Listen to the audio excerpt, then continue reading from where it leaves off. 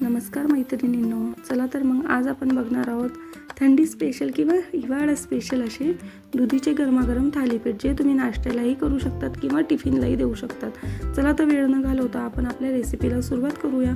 इथं मी 2 लहान साईजची दुधी भोपळा किसून घेतलेला आहे आणि आता यामध्ये मी टाकण्यासाठी 3 हिरव्या मिरच्या आणि 8 ते 10 लसूण पाकळ्या, त्यामध्ये अर्धा चम्मच जिरं, हे 3 साहित्य आपल्याला मिक्सरमध्ये दळून घ्यायचे आहेत। तर आपण दळताना जास्त बारीक न दळता याला दरदरीतच दळणार आहोत। तुम्ही बघू शकतात या पद्धतीने आपल्याला दळून घ्यायचे आहेत। तर आता चला आपण यामध्ये आपल्या आवडीनुसार पीठ ॲड करणार आहोत। तर बघू शकतात तुम्ही, इथं मी 2 मोठे चम्मच भरून गव्हाचं पीठ टाकलेलं आहे। वाटीचं प्रमाण म्हटलं तर 2 वाटी गव्हाचे पीठ इतकं मी यामध्ये टाकलेलं आहे आणि अर्धी वाटी बेसन पीठ आता मी यामध्ये ॲड केलेलं आहे। अर्धी वाटी तांदूळाचं पीठ पण मी घेतलेलं आहे। तर तांदूळाचं पीठ आपल्याला नक्की टाकायचं आहे, त्याने आपल्या थालीपीठांना खुसखुशीतपणा येत असतो। आता आपण इथं बघू शकतात, मी इथं 1 वाटी भरून कांद्याची पात बारीक चिरून घेतलेली आहे। सध्या हिवाळ्याचे कांद्याची पात खूप छान येत आहे कवडी, तर कांद्याची पात नक्की टाका। तर बघू शकतात मी इथं 1 वाटी भरून कांद्याची पात बारीक चिरून घेतलेली आहे आणि त्याचबरोबर मी इथं 1 वाटी आता बारीक चिरलेली कोथिंबीर पण यामध्ये टाकणार आहे। तर तुम्ही बघू शकतात मी आता इथं कोथिंबीर पण टाकलेली आहे बारीक चिरून। तर आपण जे हिरवी मिरची आणि लसणाचं जे दरदरीत आपण सारण दळून घेतलेलं होतं, ते पण आता आपल्याला या ठिकाणी यामध्ये टाकायचं आहे। तर आता तुम्ही बघू शकतात की जे हिरवी मिरचीचं वाटण आपण केलेलं होतं ते पण मी यामध्ये टाकत आहे। तुम्हाला जर हिरवी मिरची स्किप करायची असेल, लहान मुलं असतील घरामध्ये, तर तुम्ही स्किप करू शकतात। मी फिक्कीच मिरची घेतलेली होती, जास्त तिखट नव्हती, तर त्यामुळे मी हिरवी मिरची पण टाकलेली होती। काय होतं ना, लसूण आणि हिरवी मिरचीच्या वेळेस आपण छान दळून टाकतो, त्यामुळे आपल्या थालीपीठांना छान टेस्ट येत असते। तर ती नक्की टाका, किंवा जर हिरवी मिरची तुम्ही खात नसाल तर तुम्ही स्किप पण करू शकतात। आता आपण या ठिकाणी यामध्ये काही सुके मसाले घेणार आहोत। तर तुम्ही बघू शकता मी इथं अर्धा चम्मच हळदी पावडर टाकलेली आहे। हळद आपल्याला थोडीशी जास्त टाकायची आहे, हळदीमुळे आपल्या थालीपीठांना कलर खूप छान येत असतो। आणि आता आपण या ठिकाणी तुम्ही बघू शकतात, मी एकदम छोटा चम्मच आहे, त्याने मी 1 ते 1.5 चम्मच लाल तिखट टाकलेला आहे। तुम्ही जर तिखट कमी खात असणार तर तुम्ही हिरवी मिरची किंवा लाल तिखट दोघांपैकी काही एक जरी यूज केलं तरी चालेल। आता इथं मी 1 छोटा चम्मच धना पावडर पण टाकलेला आहे आणि आता आपण या ठिकाणी त्यामध्ये पांढरी तीळ असते, ती पण आपण 3 ते 4 चम्मच पांढरी तीळ आपण यामध्ये टाकणार आहोत। पांढरी तीळ टाकल्यामुळे आपल्या थालीपीठांना छान टेक्स्चर पण येतं आणि हिवाळ्याची आपल्या शरीराला उष्णता पण मिळत असते तिळीमुळे। तर बघू शकता तुम्ही इथं मी 3 ते 4 चम्मच भरेल इतकी मी पांढरी तीळ टाकलेली आहे। तर आता आपण या ठिकाणी आपल्या टेस्टनुसार मीठ पण टाकून घेणार आहोत। तुम्ही तुमच्या टेस्टनुसार टाकून घेऊ शकतात मीठ कमी जास्त। आणि आता आपल्याला हे सर्व एकजीव करायचं आहे। तुम्ही बघू शकतात आपल्याला एकदम छान मिक्स करून घ्यायचं आहे।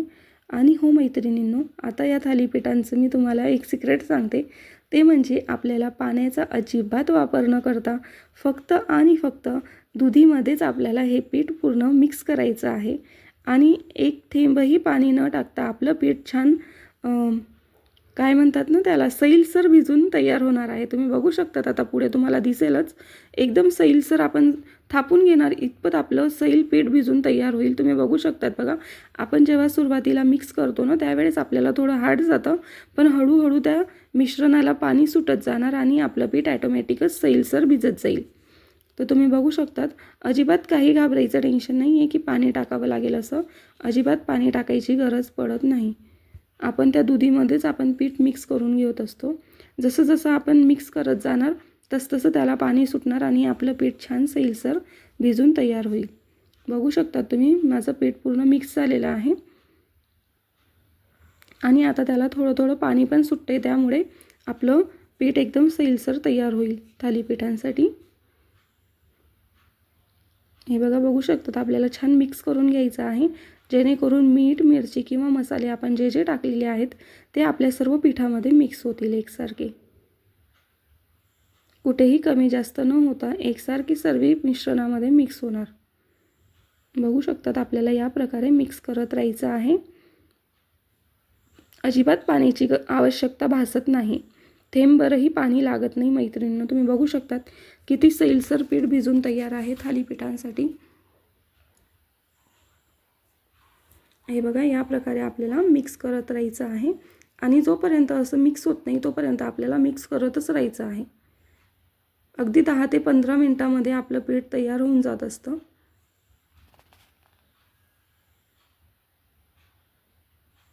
तर बघा, या ठिकाणी तुम्ही बघू शकतात माझं पीठ भिजून एकदम तयार आहे थालीपीठांसाठी. तर थालीपीठांचं पीठ 5 ते 10 मिनिटं आपण रेस्ट करायला ठेवणार आहोत. तोपर्यंत आपण बाकी तयारी बघून घेऊया. तर इथं तुम्ही बघू शकतात मी एका पातेल्यात पाणी घेतलेलं आहे. थालीपीठ थापण्यासाठी मी पोलपाट घेतलेला आहे आणि थालीपीठ आपल्याला कापडावर थापायचं आहे. तर आपल्याला एक स्वच्छ कापड घ्यायचं आहे, अगदी स्वच्छ कापड घ्यायचं आहे आणि तवा पण मी गॅसवर ठेवून दिलेला आहे. जाळी घेतलेली आहे ज्याच्यावर आपण आपले थालीपीठ गार होण्यासाठी ठेवणार आहोत. तर चला आता आपण आपले थालीपीठ थापायला सुरुवात करूया. तर तुम्ही इथं बघू शकतात मी एकदम स्वच्छ कापड घेतलेला आहे थालीपीठ करायला. तुम्ही देखील एकदम स्वच्छ धुतलेला कापड घ्यायचा आहे आणि आधी आपल्याला कापड छान ओला करून घ्यायचा आहे, जेणेकरून आपलं जे पीठ आहे ते कापडाला चिटकणार नाही. आणि आपल्या आवडीनुसार लहान मोठे तुम्ही थालीपीठ थापून घेऊ शकतात. तुम्ही अगदी पोळीच्या साईजनुसारही थापून घेऊ शकतात. मी इथं मीडियमच साईज ठेवलेली होती. ज्यावेळेस मी मुलीला टिफिनला देत असते ना त्यावेळेस मी अगदी लहान लहान करून देत असते तिला. पण आज आम्ही घरातच खाणार होतो त्यामुळे मी थोडे मोठ्या साईजचेच केलेले होते. तुम्ही बघू शकतात आपल्या आवडीनुसार आपल्याला व्यवस्थित स्प्रेड करून घ्यायचे आहे थालीपीठ. कुठेही जाड बारीक न ठेवता आपण हाताने जसं थापत जाणार आपल्याला कळेलच कुठे जाड बारीक आहे. आणि थालीपीठ आपले खरपूस भाजले जाऊ यासाठी आपल्याला थालीपीठांना असे होल पण करायचे आहेत. आली ना आता तुम्हाला आजीची आठवण. तर बघू शकता तुम्ही या प्रकारे आपल्याला तव्यावर तेल टाकून कापड जो आहे तो आपल्याला डायरेक्टली तव्यावर टाकायचा आहे आणि थोडं पाण्याचा हात फिरवून मग तो कापड आपल्याला वरतून काढायचा आहे. अगदी सहज कापड निघून येतो, अजिबात चिटकट वगैरे काही नाही. तुम्ही बघू शकतात आता इथं मी तव्यावर टाकलेलंच आहे. जोपर्यंत हे थालीपीठ भाजत होतं तोपर्यंत मी दुसरीकडे परत एक थालीपीठ थापून घेतलेलं होतं. तर आपल्याला घाई नाही करायची, थालीपीठ भाजायच्या वेळेस अगदी अजिबात घाई करायची नाही आहे. अगदी व्यवस्थित लो टू मीडियम फ्लेमवर आपल्याला छान खरपूस भाजून घ्यायचे आहेत. आणि जे आपण थालीपीठांना होल केलेलं होतं आता आपण तिथं तेल टाकणार आहोत, जेणेकरून आपलं थालीपीठ एकसारखं सर्वीकडे भाजले जाईल आणि छान खरपूस होणार आहे. तर बघू शकता तुम्ही इथं मी एकदम व्यवस्थित भाजून घेतलेलं आहे. अजून आपण त्याला पलटवलेलं नव्हतं, आता आपण त्याला हळूच पलटवणार आहेत. ज्यावेळेस आपण थालीपीठ करतो तर पहिलं थालीपीठ असतं ना ते खाली या प्रकारे चिटकत असतं, पण घाबरायचं नाही, ते भाजले जातं आणि तसं ते तव्याला सोडत जातं. तर बघू शकता तुम्ही किती छान भाजले गेलेलं आहे अगदी ब्राऊन कलरचं आणि निघायलाही अगदी सहज निघालं, अजिबात चिटकट वगैरे नाही तव्याला. तर बघू शकतात आपण साईड पलटवल्यानंतरही आपल्याला छान तेल टाकायचं आहे आणि थालीपीठ भाजून घ्यायचं आहे. तर याच प्रकारे आपल्याला सर्व आपले थालीपीठ भाजून घ्यायचे आहेत. तुम्ही जर कधी अशा प्रकारे थालीपीठ केले नसतील तर नक्की एकदा ट्राय करा आणि मला कमेंट्स करून सांगा टेस्टला कसे असतात. कारण मी तुम्हाला सांगते अप्रतिम लागत असतं, अप्रतिम. माझ्या घरामध्ये मी दर आठवड्याला करत असते. तर रेसिपी आवडली असेल तर नक्की ट्राय करा मैत्रिणींनो. आणि तुम्ही जर चॅनलवर नवीन असाल आणि आतापर्यंत चॅनलला सबस्क्राईब केलं नसेल तर चॅनलला नक्की सबस्क्राईब करा आणि व्हिडिओला लाईक करा. बघू शकतात तुम्ही किती छान आपलं थालीपीठ भाजलेलं आहे. आता आपण याच प्रकारे आपले बाकीचे थालीपीठही भाजून घेणार आहोत. तर बघू शकतात ते थालीपीठ भाजत होतं तोपर्यंत मी दुसरंही इथं कापडावर थापून घेतलेलं होतं. तर आपण हे पण त्याच प्रकारे भाजून घेणार आहोत तेल वगैरे टाकून छान. बघू शकतात तुम्ही अगदी सहज होतात मैत्रिणींनो, अजिबात आपल्याला जास्त वेळ लागत नाही आणि टेस्टला पण अप्रतिम असतं. घरात लहान मुलं किंवा मोठे सर्वांना आवडतील अशा टेस्टचे असतात हे थालीपीठ. कुठे प्रवासातही जर तुम्ही जात असणार ना तर तुम्ही प्रवासातही नेऊ शकतात, टिफिनलाही देऊ शकतात. अगदी दही किंवा आपण चटणीही करू शकतो शेंगदाण्याची याच्यासोबत. तर बघू शकतात किती सहजच निघून जात आहे, अजिबात चिटकत वगैरे नाही तव्याला आणि अगदी हेल्दी असते. किंवा तुम्ही वेट लॉस वगैरे जरी करत असणार ना तर वेट लॉससाठीही तुम्ही हे थालीपीठ खाऊ शकतात. बघू शकता तुम्ही किती छान भाजले गेलेलं आहे.